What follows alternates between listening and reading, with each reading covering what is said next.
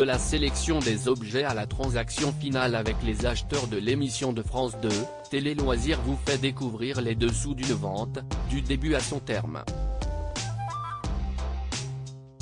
Du bibelot de famille retrouvé dans son grenier à l'œuvre d'art chiné par hasard dans une brocante, chaque vente d'affaires conclue s'achève par une tape de la main du vendeur sur la table des acheteurs du programme de France 2. Un geste qui scelle la transaction. Mais hors antenne, chaque objet doit franchir 3 étapes supplémentaires que nous décrit Renaud Rahar, le directeur des programmes de Warner qui produit l'ancienne émission de Sophie Davant, désormais animée par Julia Vignali depuis la rentrée.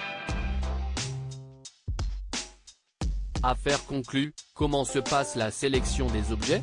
Pour prétendre apparaître à l'écran dans Affaire conclue, chaque objet doit d'abord passer l'épreuve du feu. En amont du tournage, une première évaluation est menée à distance par Harold Echelle, le commissaire-priseur permanent de l'émission. On demande des photos aux vendeurs et si on a des interrogations, on peut faire une visio, nous révèle Renaud Rahar. Les objets d'art font l'objet d'une attention toute particulière, de leur signature aux éventuelles ébréchures. On entame ensuite une discussion avec le vendeur pour connaître ses attentes. Si quelqu'un pense que son objet vaut 10 000 € et qu'Harold l'estime à 400, ça ne va pas mettre une ambiance de rêve, blague le directeur des programmes de Warner.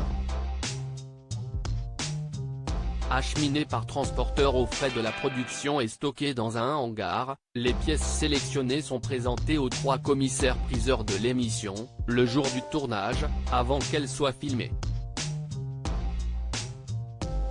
Affaire conclue, pourquoi les transactions se font-elles désormais par virement ? Juste après l'enregistrement, une fois l'affaire conclue entre l'acheteur et le vendeur, vient le moment de la transaction. Celle-ci est effectuée sur un coin de table du studio, loin des caméras. Tout est cadré et encadré. Les vendeurs reconnaissent la transaction avec l'acheteur en signant un papier, nous indique Renaud Rahar. Quant au paiement, il se fait par chèque ou par virement, l'argent liquide ayant disparu de l'émission depuis le Covid. Si est plus fluide.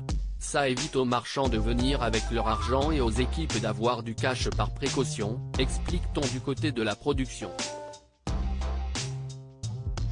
Il a pu arriver en effet que celles-ci doivent avancer de l'argent aux acheteurs à court de liquidité. Affaire conclue, les vendeurs ont-ils le droit de se rétracter ? Arrive alors le moment de la réflexion. Le vendeur a 5 jours ouvrables pour se rétracter.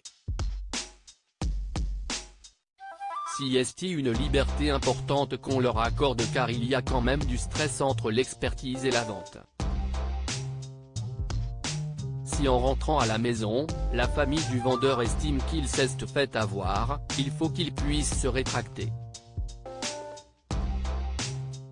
Certains peuvent également avoir une angoisse à l'idée de se séparer de l'objet, explique Renaud Rahar qui assure que cela reste anecdotique. Impossible en revanche pour l'acheteur de changer Davis.